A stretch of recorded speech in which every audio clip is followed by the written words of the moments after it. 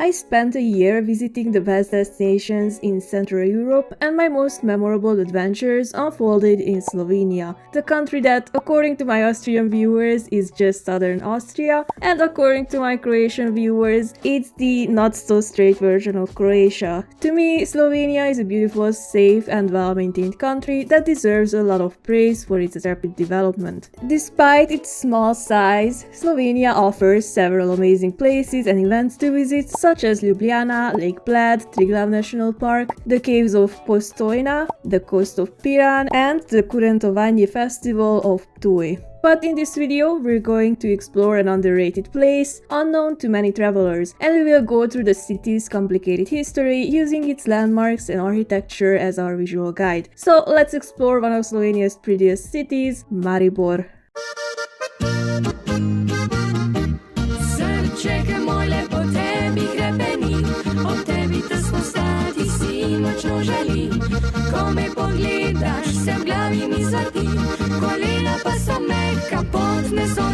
Hello everyone and welcome back to my channel. In case you're new here, hi, I'm Anna and I make documentaries and short videos about random topics related to Central and Eastern Europe because I feel like there's not enough content about it online. So if you're into that, press that subscribe button and don't forget to tickle the little notification bell. In this video, I will share all the exciting footage I captured during the Slovenian road trip I took in December, as well as some random historical photos I found on the internet which capture the history of Maribor. Coincidentally, Maribor is also the name of the town in the Witcher universe where Triss was born.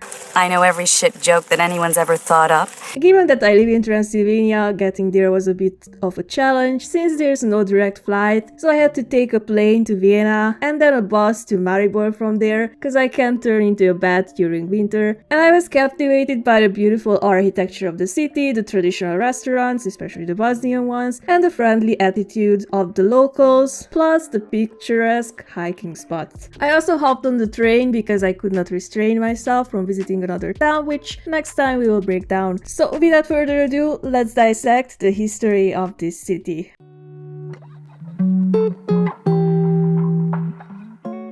Maribor is the second largest city in Slovenia and the capital of the Štajerska region, which is also known as Lower Styria. The area has been inhabited since prehistoric times, and in the glory days of the Roman Empire, a Roman settlement existed at the location of current-day Maribor. According to some historical records, the territory got populated by Slavs around the 6th century during the first wave of the Slavic migrations from the territory of present-day Moravia, and it became part of Samos Empire. This was followed by the second wave of Slavs from the southeast at the end of the 6th century. In the 9th century, the area was absorbed into the Frankish Empire, standing on the border of the Principality of Hungary. To protect the area from Hungarian horse thieves, a castle was built on Pyramid Hill. Things got more interesting when the region fell under Habsburg rule.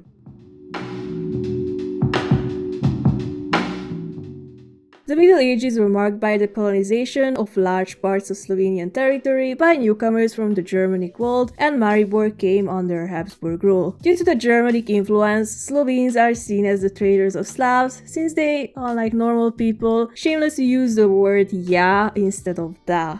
Jain. In 12th century historical records, the settlement was named Marburg, Mark meaning borderland and Burg meaning fortress, which over time turned into Marburg. The region began to flourish from the mid-12th century around Marburg Castle, standing on the Pyramid Hill, which I was too lazy to climb after we climbed another hill. Maribor's importance significantly grew as it developed into a Habsburg market town. Soon after, it attained the city status and became a crucial commercial center for the region. During this period, it was home to a thriving Jewish population who were tragically expelled in the late 15th century. And around the same time, even my boy Matthias Corvinus tried to take over the city but failed twice. Which is why I feel the urge to move to that city and make it my own home. I gotta make the ancestors proud. The Maribor Cathedral was constructed in the 12th century in Romanesque style, and later it evolved into a Gothic masterpiece. The church lost its original tower when it was struck by lightning in 1623, after which it was replaced by an 18th century classicist bell tower reaching 57 meters in height. The Maribor Cathedral became a significant space as the first Slovene saint's resting place. Now, Bishop Anton Martin Slomšek's tomb can be found in the Baroque chapel room. The Synagogue of Maribor is believed to have been constructed in the late 13th century, and it served as part of a complex that included a Jewish cemetery, a rabbinical residence, and a Talmudic school. After the expulsion of the Jewish population, the building was converted into a Catholic church in 1501, and under Joseph II's reforms in 1785, it was repurposed as a military warehouse, then transformed for commercial use. Extensive renovations were carried out in the 90s, restoring the synagogue, which reopened in 2001 as a museum dedicated to the Jewish history of Maribor and Slovenia. Maribor's town castle was constructed under the rulership of Emperor Frederick III in the 15th century as part of the fortification of the town wall's northeastern section. Over time, it evolved into a lavish feudal residence and became a prominent architectural monument, standing proudly in the heart of the city. The castle's centerpiece is the festive hall, adorned with rich furbishings, and the ceiling painting depicting a battle between Christian and Turkish soldiers. The hall has hosted notable events such as a Franz Liszt concert in the 1870s, and it has been visited by several monarchs. Significant features of the castle include the Baroque stairway, the Loreto Chapel, and the defensive bastion on the eastern frontage. And today the castle houses the Regional Museum of Maribor, which showcases various historical exhibitions. The town hall was built in 1515 and underwent a Renaissance-style reconstruction by Italian masters half a century later. The late Gothic structure features a balcony adorned with a relief of the town's coat of arms flanked by lions. The facade is enriched with pilasters and a small tower stands on the eastern part. According to rumors, the tower's construction is actually incomplete due to a dispute over insufficient payments, which probably just means that they couldn't agree on who should embezzle the funds. In the 19th century, the building adopted the late classicist appearance, and a century later it was restored to its original design. The defense tower, known as the Judgment Tower, was named due to its association with trials and witch processes. It has a crucial floor plan and features a triple-layered roof made of brick shingles. The first story was constructed in the 15th century, and it was later expanded to a two-story building in the 19th century. The tower required major reconstruction after a fire devastated it in 1937, and eventually it became a venue for cultural events and serves as a significant monument to defensive architecture. The Judgment Tower now is also used as a puppet theater, so if you're a childless adult in the audience, you will definitely be judged. The 16th century Maribor Water Tower is a late Renaissance fortified tower standing on the shore of the Drava River, close to the old bridge. It has an interesting pentagonal form, made of massive stone blocks, and it was built to secure the southeastern part of the Maribor city walls from the direction of the river. At the end of the Middle Ages, the Slovene lands suffered a serious economic and demographic setback because of the Turkish raids and peasant revolts, which ended in bloody defeats.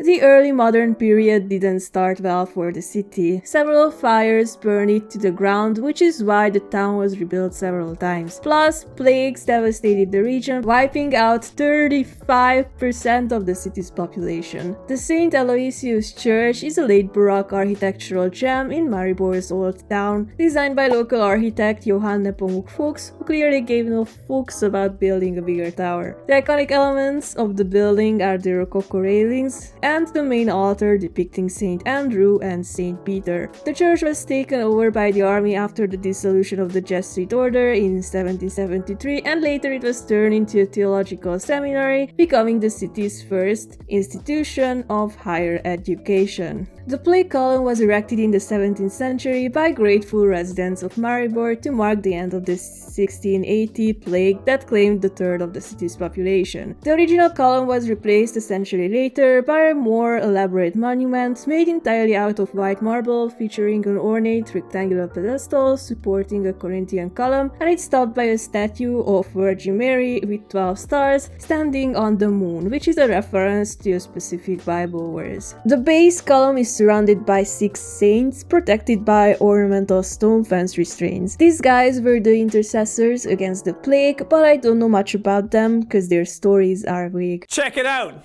Squad's all here. The St. Florian column is dedicated to, as you can guess it, St. Florian. The St. Florian was the patron saint of fire, aquatic disasters, and natural catastrophes. This Baroque monument was erected in the 18th century to protect the city from those threats. The Church of St. Barbara is situated atop the 375-meter town hill called Calvary, which is surrounded by vineyards. In 1683, in gratitude for the end of the devastating plague, the people of Maribor established the Pilgrim's Path on the Calvaria Hill. This led to the construction of a small church dedicated to Saint Barbara and Saint Rosalia. This area is actually really good for a hiking date. With all those trees, they won't even notice that you're following them. The old wine house is located in Maribor's old city center known as Land, embraced by the 450-year-old Zsámetovka wine, which was entered into the Guinness World Records in 2004. The wine was planted during the end of the Middle Ages amid the Turkish siege of Maribor, and it has survived wars, fires, winehouse epidemics, and bombings due to its location within the city's walls. And this building should be renamed to Amy because it's a damn fine winehouse. Luckily, Maribor was revitalized during the period known as the long 19th century.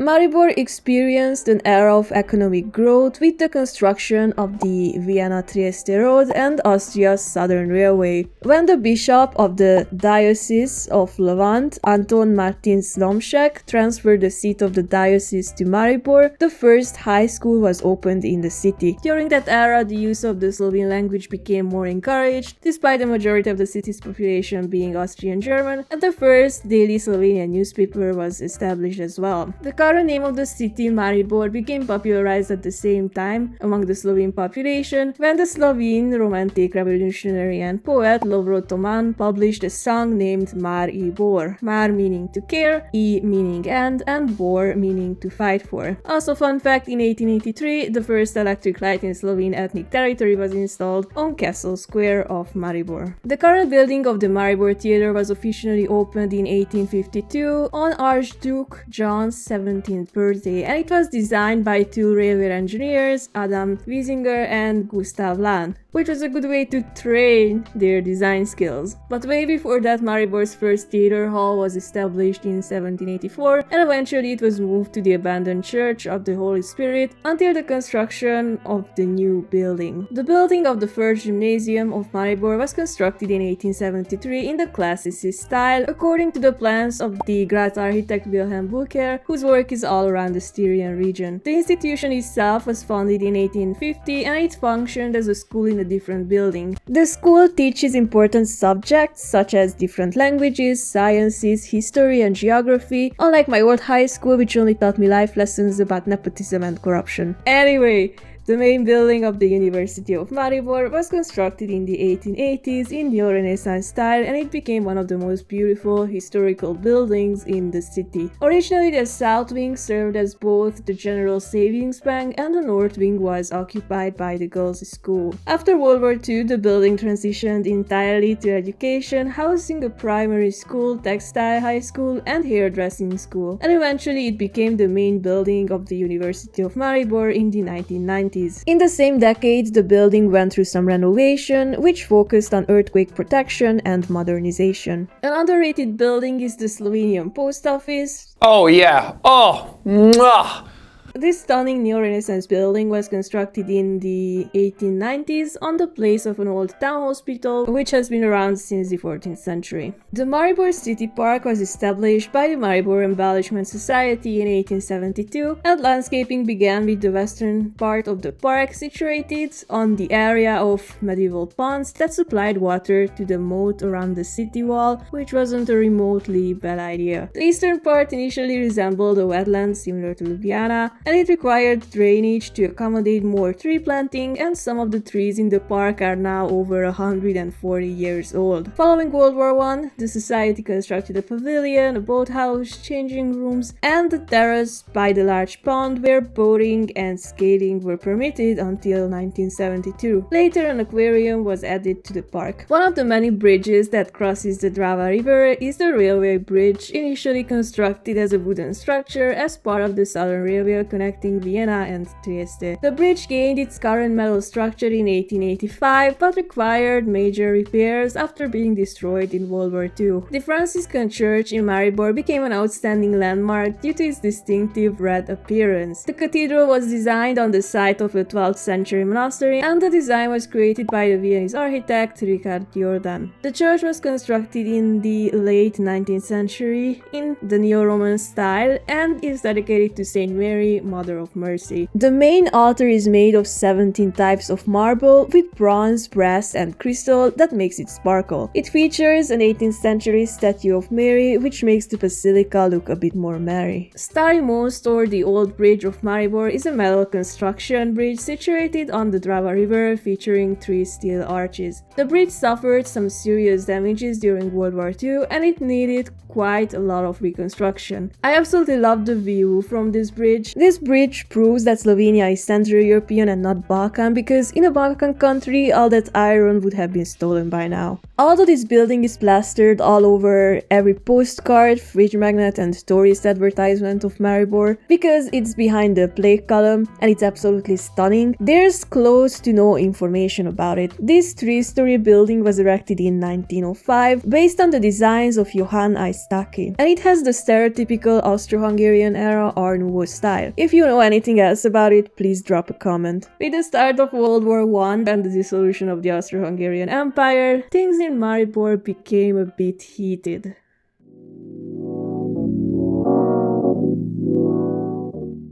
Prior to World War I, the city's population was predominantly German. In 1919, under the command of General Rudolf Meister, Slovenian Yugoslav troops gained control of the city, and the German name Marburg was officially replaced with the Slovene Maribor. During World War II, Maribor was subjected to an intensive Germanization program, and Allied aircraft bombed Maribor over 50 times, destroying the city's infrastructure and industry. After World War II, when the region became part of Yugoslavia, Maribor was rebuilt with new roads, bridges crossing the Drava, and it turned into one of the largest industrial cities of the Slovene lands. The Maribor National Liberation Museum was founded by the Maribor Regional People's Committee in 1985, and it operates as an independent museum institution. The museum is in an old middle-class mansion, and it gathers and exhibits artifacts with mention of the Maribor's region ethnology, culture, history, and archaeology. The contrast between some of the exhibitions was shocking. On one side, it was dedicated to memories of children from Boy Scout camps, and on the other side, it was World War II stuff and German occupation. So a different kind of camp.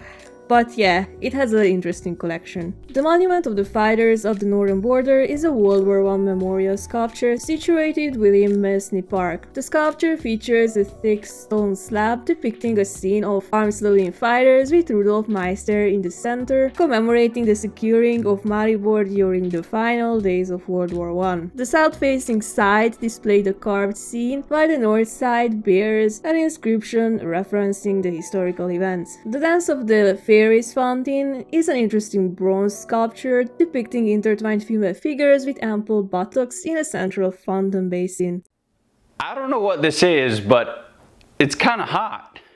This was created in the 1950s by the Slovene sculptor, engineer and photographer Andrej Grabrovec, who created some really interesting works of art. Tito's Bridge was constructed in 1963 as one of the largest bridges in the former Yugoslavia, spanning the Drava River with a length of 304 meters. The construction process lasted 2 years, and the process was documented with over 400 photographs, which are now displayed in an exhibition at the Provincial Archives of Maribor.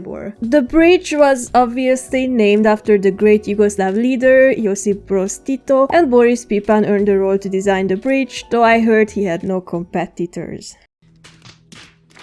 The rolled ball, or krogla, was created in 1973 by the prominent Slovene post-war sculptor Slavo Tihec, who played a vital role in transitioning from figurative to abstract and modernist sculpting that focuses on captivating movement. The meticulously designed sphere appears as if it was cut in half and reassembled with a slight offset, creating an illusion of motion reminiscent of the Earth's rotational axis. The pattern of parallel strips creates a perception of potential assembly, adding to the dynamic nature of the work. The bronze monument, named the National Liberation Monument, was also created by Slavko Tihec, and it features graphical copies of public proclamations related to the executions of over 600 hostages and rebels during World War II, including a farewell letter from one of the condemned men, preserving the historical context of wartime events and personal stories. Locals also refer to the statue as Kojak due to its resemblance to the bald-headed detective Kojak. Love you, baby.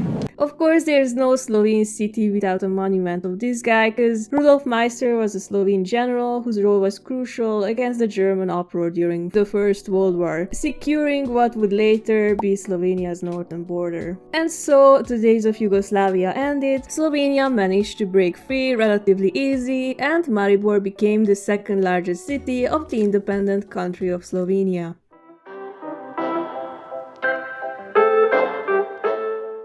Since 1991, when Slovenia became an independent country, the region experienced a massive rise and flourishing, and that includes our dear Maribor as well. In 2012, the city was named as the European Capital of Culture, and in 2013 it became the European Youth Capital. The city's tourist industry began to flourish thanks to the famous festivals organized in the city, such as the renowned Multicultural Land Festival, the International Puppet Festival, and the Festival of Classical Music, and the Wine and Culinary Festival of the oldest wine in the world. Plus, it's only 10 minutes away from the largest ski center in Slovenia. Sadly, there's not much to show from this time period. The boy with the picture is a statue made by Gabriel Kobic, important Slovene sculptor inspired by Ivan Meštrović, who we all know and love from my Zagreb video. His work is all over the city, which means that he was good at pitching his ideas. This was actually his last work. His first work was a similar fountain, which can also be found in Maribor. If you've been around this channel, you already know how I feel about contemporary architecture. Ah! Good God! It's hideous. To me, all these concrete buildings have the same aesthetic values as comic blocks, minus the nostalgia, but still I have to point out the Betnavsky Park skyscrapers, which were constructed between 2007 and 2010. Betnavsky Park, or the Maribor Metropolis, is a residential complex of 3 skyscrapers in Tabor, Maribor, and one of them is on the list of the top 10 tallest buildings of Slovenia. There's also this beautiful mural depicting a Ukrainian girl on a wall near Maribor City Hall, created by a 25-year-old Ukrainian artist, Konstantin Kochanovsky, as a token of gratitude to Slovenians and Slovenia for their aid to Ukraine. So yeah, that's it for this era.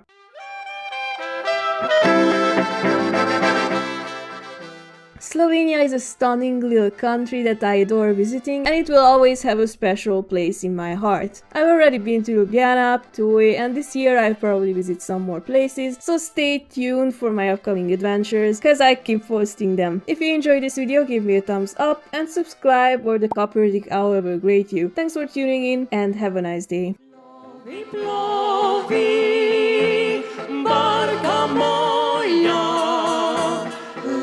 Napni